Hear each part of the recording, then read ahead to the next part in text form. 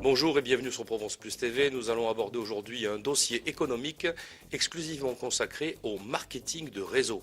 Alors le marketing de réseau, vous avez tous entendu parler. Il y a bien un ami, il y a bien un voisin, un camarade, un collègue de travail qui a dû vous parler de cette question-là en vous proposant de rejoindre tel ou tel réseau de vente de tel ou tel produit. Il y en a dans tous les secteurs d'activité, les télécommunications, les produits de beauté, les produits bio, la diététique et tout un tas encore de choses qui aujourd'hui sont en train de rencontrer notre vie quotidienne. Alors pour parler de cette question qui peut encore être controversée pour certains, nous avons autour de nous 4 spécialistes de ces questions-là. Bonjour à vous tous. Voilà, on va essayer pour nos téléspectateurs de décrypter aujourd'hui d'abord la définition, puis aussi l'intérêt économique que peut représenter le marketing de réseau. Alors on va commencer par vous, Fabien. Bonjour Stéphane. Bonjour. Alors j'aimerais qu'avec vous on aborde rapidement la définition de ce mot marketing de réseau. Alors le marketing de réseau, qu'est-ce que c'est? C'est tout simplement une industrie qui vient des États-Unis et qui permet à beaucoup de gens à travers la planète de faire des compléments de revenus avec cette activité et pourquoi pas d'envisager d'en faire un plan de carrière. C'est ce qui s'est passé pour moi. Donc cette industrie, en quoi elle consiste concrètement? C'est ni plus ni moins que du bouche à oreille. Alors, ces entreprises américaines se sont rendues compte d'une chose, c'est que nous, simples particuliers, au quotidien, nous faisons de la publicité pour les entreprises en faisant du marketing de réseau, du bouche à oreille. Je vais vous donner un exemple très simple. On fait du marketing sans le savoir. Exactement. C'est-à-dire que demain, je vous recommande un bon resto. C'est une publicité qui est très efficace, qui marche, on le sait. Immanquablement, où il y a de fortes chances, vous allez aller dans ce restaurant, payer une facture et donc je génère un chiffre d'affaires justement avec ce bouche à oreille. Qu'est-ce qui se passe dans le système traditionnel? C'est que vous ne gagnez pas d'argent en ayant fait ce marketing de réseau. Avec le marketing de réseau que nous pratiquons, c'est justement faire la même chose, mais être rémunéré pour avoir justement fait cette recommandation. Et c'est une activité qui est en train de littéralement exploser, qui a une croissance annuelle qui est supérieure à 20% chaque année, ce qui, je peux vous garantir qu'actuellement, c'est vraiment une prouesse économique. À l'heure où vraiment on parle de crise financière, c'est une industrie... En tout cas, ça fait rêver. Hein. Alors ça fait rêver, c'est juste que c'est une autre manière de travailler. Certes, elle est différente, elle est peut-être vue par certains comme bizarre, mais c'est pas parce que c'est bizarre que ça marche pas. Et si on veut peut-être à un moment donné avoir des revenus bizarres, il faut peut-être faire des choses bizarres. Alors Thierry, maintenant je me tourne vers vous. Tout de suite, on va rentrer dans le dur, sur les questions juridiques. Alors on nous dit le marketing en réseau, c'est de la vente pyramidale. La vente pyramidale, c'est interdite. Bon, on sait aujourd'hui que ça marche pas vraiment comme ça. On sait que sur le plan du droit, il y a un espace qui existe juridiquement. Précisez vraiment à nos téléspectateurs aujourd'hui, légalement, vous êtes ici des professionnels, des gens qui avaient des revenus concrets, mensuels, cohérents, liés à ces activités-là. Dites bien aux téléspectateurs comment ça marche sur le plan juridique. Alors, déjà, bonjour à tous. Alors, effectivement, il ne faut pas confondre l'industrie du marketing de réseau avec ce qu'on appelle les bonnes vieilles sociétés pyramidales des années 80 qui ont effectivement traumatisé les Français. Alors, il faut bien comprendre quelque chose. Déjà, parlons de définition légale. Une société dite pyramidale, c'est quoi? C'est tout simplement une société qui ne vend rien du tout, où il existe des transferts d'argent entre les personnes, et où on est à peu près sûr et certain de ne jamais gagner plus que celui qui est au-dessus de soi, et certainement plus que celui qui est en dessous. Il faut bien comprendre quelque chose, le marketing de réseau n'a absolument rien à voir. Vous pouvez tout à fait dépasser la personne qui vous a parrainé, tel est mon cas, puisque mon parrain est à côté de moi, et dans notre société, nous avons des positions qui sont hiérarchiquement inversées par rapport à nos dates. Parlez-nous du terme de position. Alors, les termes de position, si vous voulez, dans le marketing de réseau, et ce qui est pour moi le plus... paritaire entre tout ce que l'on peut voir, c'est qu'en fonction de la structure de votre réseau, on parle généralement de branches, vous pouvez avoir une évolution qui peut être supérieure à la personne qui vous a parrainé. Tout simplement parce que peut-être que vous travaillez plus, que vous impliquez plus. L'élève a dépassé le maître. Tout simplement. Voilà. Pour ma part, c'est ce qui s'est passé. D'accord. Et il y a aussi l'acquisition client, bien Alors, entendu. comment chasser cette idée qu'il Alors, peut y comment avoir chasser sur le cette plan juridique des soucis? C'est très simple. Allez. Pour se renseigner, c'est très simple. Il existe une fédération qui s'appelle la FVD, la Fédération de Vente Directe, et qui répertorie les sociétés qui sont plus ou moins affiliées à cette société. Je dis pourquoi plus ou moins, parce qu'en France, comme il y a encore beaucoup d'a priori, toutes les sociétés ne sont pas spécialement affiliées à la Fédération française, mais par contre sont affiliées à la Fédération mondiale. Donc il faut un peu se renseigner et voir. Après, ce qu'il faut savoir aussi, c'est que l'année dernière, le ministère du Travail, avec notre ministre qui était en place à l'époque, a signé avec la FVD et les organismes de la NPE la légalité de la chose, puisqu'aujourd'hui la NPE est autorisée et même encouragée à publier les annonces d'opportunités, d'affaires à travers ces différentes sociétés de Alors ça, c'est MLM. un point très Donc important. aujourd'hui, ça abolit peu que peu les a priori parce que des gens en ont encore. Alors pour les gens qui ont encore des a priori, je vous dirais, écoutez, les gens qui vous invitent à des réunions pour savoir un petit peu quelle est la société avec laquelle ils travaillent, demandez-leur de vous montrer un bulletin de commissionnement, puisqu'on est affilié pardon, au statut de VDI. Alors il y a plusieurs statuts, mais en général c'est le VDI. Et dans le VDI vendeur à domicile indépendant, voilà. Excusez-moi, qui a été voté par Alain Mandelin, qui était à l'époque ministre du Commerce, tout à fait. Et donc vous verrez à travers ces bulletins-là que l'on paye des charges sociales, que l'on paye de la TVA. Donc si on est en égalité, j'allais dire, avec le trésor public, je ne vois pas où est le problème. Après, si vraiment encore vous avez besoin de preuves, effectivement, renseignez-vous sur les sociétés qui sont présentes en France. Généralement, celles qui ont beaucoup de secteurs ne peuvent pas être présentes de partout, donc ont des partenaires. Et en fonction des partenaires, il y en a où c'est l'État. D'accord. Donc, vous nous dites simplement, il suffit d'aller à la pêche aux informations et on va trouver tout ce qu'il faut. Exactement. Alors maintenant, avec Sébastien et Vanessa, on va aborder l'aspect financier. Ce sont des activités dans lesquelles vous vous impliquez en plus de votre travail. Donc ce sont des compléments de revenus, pour vous aussi Thierry. Fabien a pris une position dans son réseau relativement importante, donc il s'en occupe à plein temps, mais il avait un métier tout autant avant d'ailleurs. Il a dû garder des contacts aussi par ailleurs. Alors j'allais dire faites-nous un peu rêver, non, soyons réalistes aujourd'hui. Vous avez, Sébastien, commencé quand à vous intéresser à votre réseau ? Alors moi j'ai démarré dans le marketing de réseau il y a à peu près 2 ans et demi. Très peu de temps, d'accord. Voilà, Ouais. donc c'est par l'intermédiaire de mon ami donc Fabien qui m'a présenté donc ce concept-là.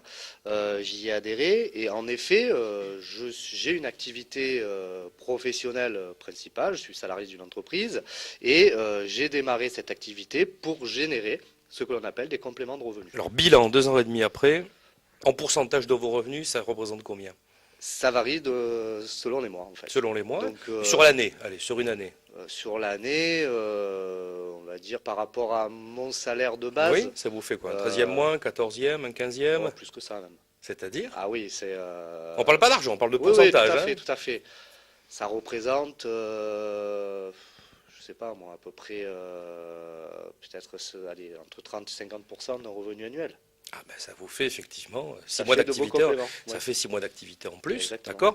En pleine légalité, évidemment, Tout à fait, avec exactement. les éléments financiers et fiscaux dont parlait votre collègue. Exactement. Alors vous, Vanessa, de la même manière, vous êtes aussi salarié dans un secteur d'activité. On n'en parlera pas. Hein, on va rester, nos auditeurs l'ont compris, sibyllins, hein, tout autant sur les activités habituelles que sur les réseaux que représentent ici nos invités.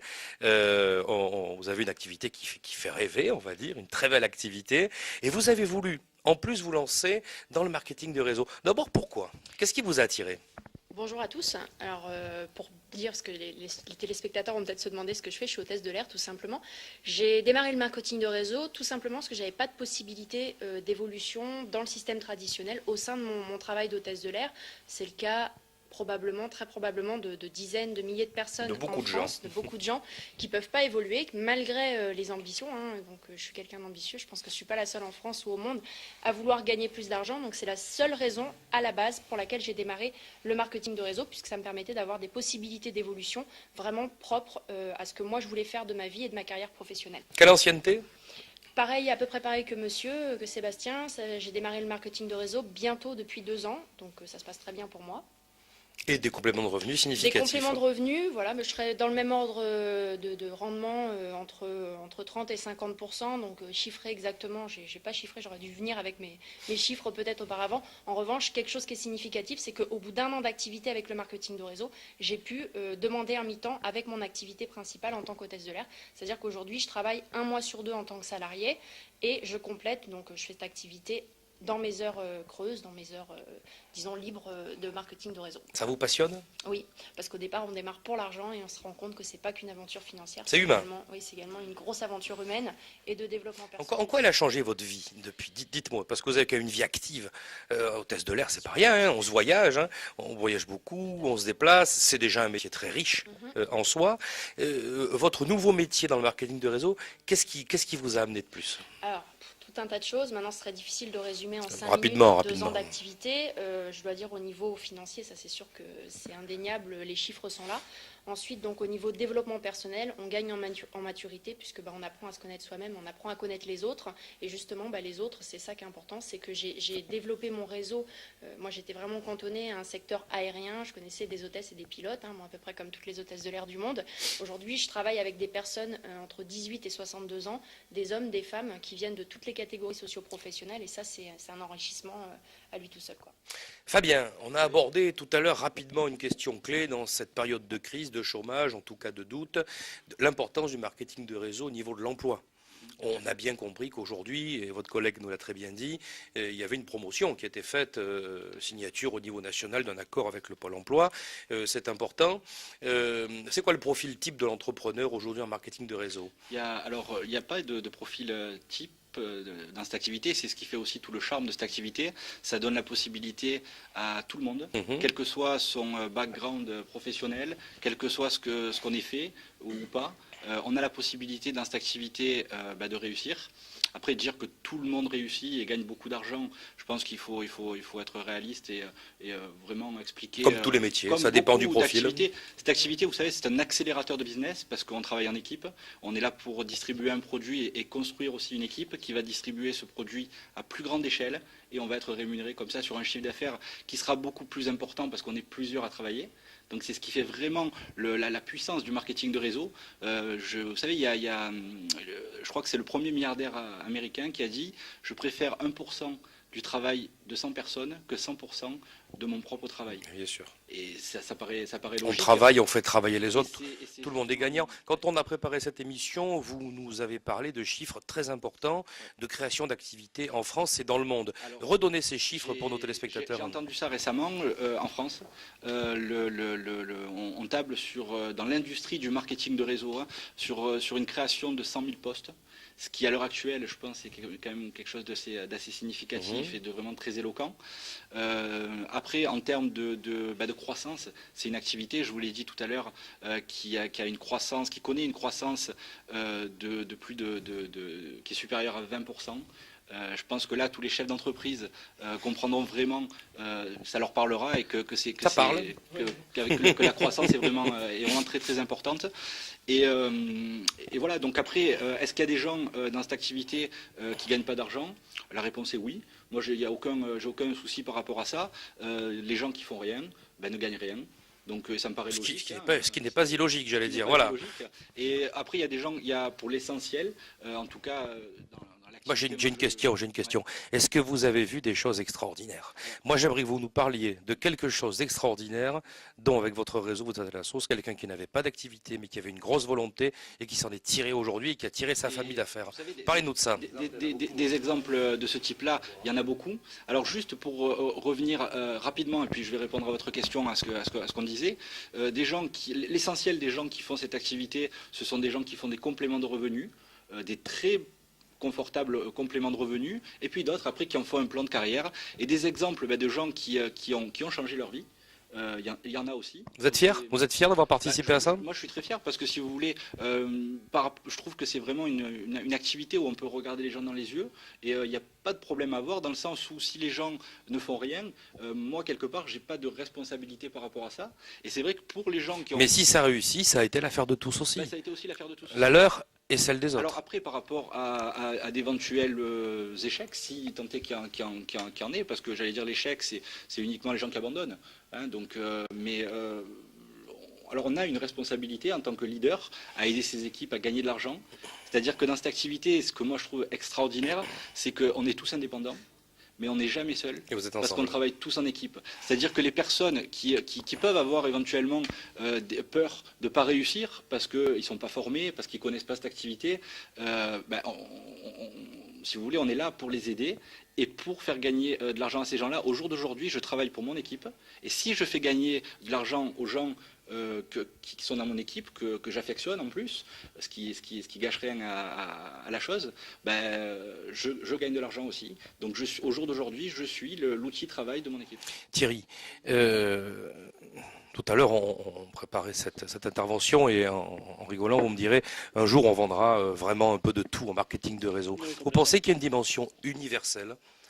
Pourquoi cette réussite? Est-ce que ça peut toucher tout? Est-ce que c'est une nouvelle manière de travailler qui va devenir plus importante encore dans les années qui viennent? En économie, on parle d'une société qui devient transversale.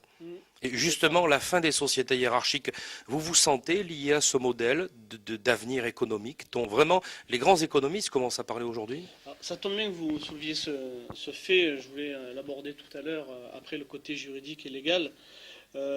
Pour les gens qui aiment bien les chiffres et les preuves à l'appui, je fais partie de ces gens-là, puisque je travaille dans une société financière qui est la numéro 1 au monde dans l'assurance, où justement les sociétés hiérarchiques, comme vous avez pu le définir tout à l'heure, pour revenir à cet aspect structurel, la structure économique d'une société, quoi qu'on en pense, quoi qu'on veuille faire, elle est forcément pyramidale. Un patron gagnera toujours plus que ses salariés. C'est comme ça, on ne peut pas en revenir. Maintenant, dans cette société-là, c'est là où c'est intéressant. Tout à l'heure, Fabien vous faisait part des chiffres France. Moi qui suis souvent à l'étranger, je vous parlais des chiffres monde. Il faut savoir une chose, c'est que le marketing de réseau a généré plus de 273% de plus-value sur son chiffre d'affaires, toutes sociétés confondues. Je ne pense pas qu'un seul pays au monde soit capable de faire ne serait-ce que le 10e. Il faut bien comprendre ça. Aujourd'hui, on dit on vend de tout en marketing de réseau. Aux États-Unis, en Amérique du Nord, plus de 30% de la distribution des produits d'utilisation courante 30%. est issue du marketing énorme. de réseau. 1 millionnaire sur 4 naissant aux États-Unis est issu du marketing de réseau, chaque année. Alors, est-ce que c'est extraordinaire? Non. Tout à l'heure, on parlait des gens qui font de l'échec. Oui, il y a des gens qui font de l'échec, bien sûr. Mais au même titre qu'un plombier qui va acheter ses outils et qui ne se lève pas le matin pour aller travailler. C'est pas pour ça que la plomberie, c'est malsain. Non, il y a juste qu'il y a des gens qui travaillent et d'autres qui ne sont pas faits pour travailler de leur propre chef. Je considère tout le monde, attention, je ne dénigre personne. Et surtout pas les plombiers. Et surtout pas les plombiers. Il faut bien comprendre une chose, c'est qu'il faut de tout pour faire un monde. Le marketing de réseau, est-ce que ça peut être la solution pour tous? Oui. Est-ce que ça sera la solution pour tous? Non. Très bien. Alors Non. justement, dans cette optique, Sébastien, les produits de marketing de réseau, aujourd'hui, on est très sollicité. Alors d'abord pour en acheter, déjà. Et dès qu'on en achète tout de suite, on vous dit, mais tiens, pourquoi tu n'intègres pas le réseau? Alors vous avez une vocation de développeur, comme tous vos collègues qui sont ici. C'est quoi pour vous le profil, on va dire, psychologique de la personne qui risque de réussir là-dedans? Est-ce que vous avez une petite idée? Quand vous voyez des gens que vous ne connaissez pas, vous vous dites, tiens, celui-là ou celle-là, il y a quelque chose de bien qui va se préparer. Alors, ce qu'il y a, c'est qu'on ne peut pas déterminer à l'avance qui va réussir, qui ne réussira pas. Parce que les gens, ce qu'ils ont au fond d'eux-mêmes, il n'y a qu'eux qui le savent. Et nous, on ne le sait pas.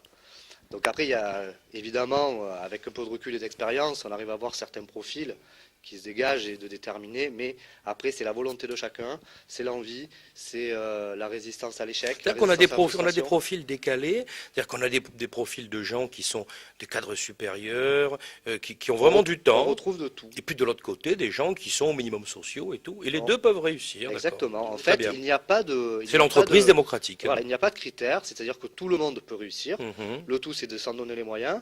Après, aujourd'hui, on retrouve dans le marketing de réseau, mais voilà, du jeune homme de 18 ans qui est étudiant au retraité de 65 ans, et en passant par toutes les catégories socio-professionnelles. Et voilà, tout le monde peut faire le marketing de réseau, tout le monde peut réussir. Après, c'est à chacun de faire ce qu'il faut pour réussir. Alors Vanessa, on va vers le mot de la fin, cette émission va s'achever. Vous êtes quand même tous des gens qui vont être aussi des formateurs. Vous formez les nouveaux qui arrivent, vous aussi.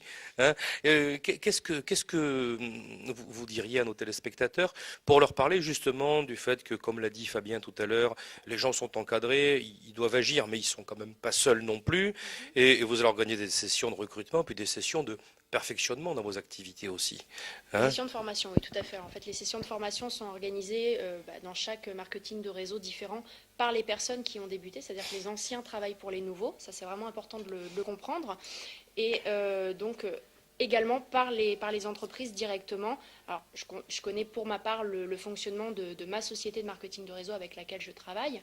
Je pense que c'est la même chose dans chaque société de marketing de réseau. C'est-à-dire que les personnes qui démarrent, le seul critère, et on en a plus ou moins parlé tous les quatre, le seul critère commun en fait qu'on a tous quand on démarre un marketing de réseau, c'est la motivation à gagner plus d'argent, à changer sa vie, à changer quelque chose financièrement dans Mais sa nos vie. réunions, restons Et sur nos ensuite, réunions quand même. Et ensuite, donc, ce qui va nous aider, c'est les formations qui sont dispensées donc, par les leaders que nous sommes, tous les quatre, et tous les leaders qui font du marketing de réseau aujourd'hui en France et dans le monde, pour pouvoir aider les nouveaux qui n'ont aucune connaissance en marketing de réseau à se former grâce à ces formations. Fabien, un petit mot de conclusion. On a tous vu à la télé, dans les journaux, ces photos de grand-messes avec le ou les présidents fondateurs de tel ou tel réseau. C'est des paillettes ou il y a une réalité? Non, vous savez, la promotion des événements est quelque chose qui est vraiment central dans cette activité, pour une raison très simple, et je vais être extrêmement sincère et honnête dans ce que je vais dire, c'est qu'au jour d'aujourd'hui, cette activité, pour moi, c'est pas réellement du travail. Alors, ça ne veut pas dire que c'est pas sérieux ou qu'on prend ça à la rigolade, mais je prends vraiment un réel plaisir à développer cette activité parce que je travaille avec mes amis, on gagne de l'argent ensemble. Et je peux vous garantir que c'est beaucoup moins pénible que de faire du marteau-piqueur. Et j'ai rien contre les gens qui font ça, et je les respecte Ni tout contre à fait. les plombiers, donc. Mais, ni contre les plombiers, Voilà. voilà. Mais c'est vraiment pas pareil. un réel plaisir. Et donc c'est la raison pour laquelle ces événements, c'est à l'image en fait de ce qu'on vit dans cette activité. Et c'est pas des paillettes et c'est pas du superflu. On apprend. Il y a surtout des grosses formations qui sont disponibles. Voilà, et puis, c'est il y des a- moments de il y a- formation, c'est d'émulation aussi. Ce Hein. sont des grands Ouais. moments de formation avec des gens qui ont eu des réussites extraordinaires et qui nous expliquent l'état d'esprit à avoir, qu'on peut appliquer pas nécessairement qu'au marketing de réseau, mais tout simplement dans la vie. Et pour Oui, ça change aussi les choses pour soi. et Ouais. voilà, Vanessa tout à l'heure parlait Elle l'a de expliqué, développement ouais. personnel. C'est vrai que le développement personnel fait partie des choses dans la vie, il me semble, qu'il faut avoir pour avoir les clés pour réussir.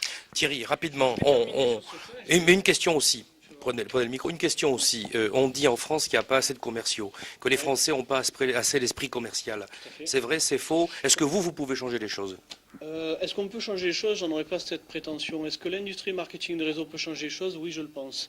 Aujourd'hui, comme je vous ai dit, moi je travaille dans une société d'assurance où effectivement je vois que la force commerciale, malgré notre ampleur à travers le monde, laisse à désirer. On va parler de qualité humaine, d'accord?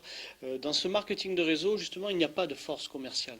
Parce que vos premiers clients, c'est déjà vous-même ou des gens de votre famille qui vont essayer vos produits, les tester. Certes, pour vous faire plaisir au départ. Mais Mais quand un ils vont test se qui rendre- peut être cruel. Voilà. Voilà. Mais quand ils vont se rendre compte, oui, mais généralement, vous savez, quand on va voir sa famille ou ses amis, on n'y va pas avec le couteau dans le dos. On sait ce qu'on vend. Mhm. Et le souci, et j'allais dire l'avantage pour nous, c'est là, c'est ce que je vous expliquais tout à l'heure, c'est qu'on va se retrouver à vendre des produits ou des services d'utilisation courante que les gens utilisent déjà.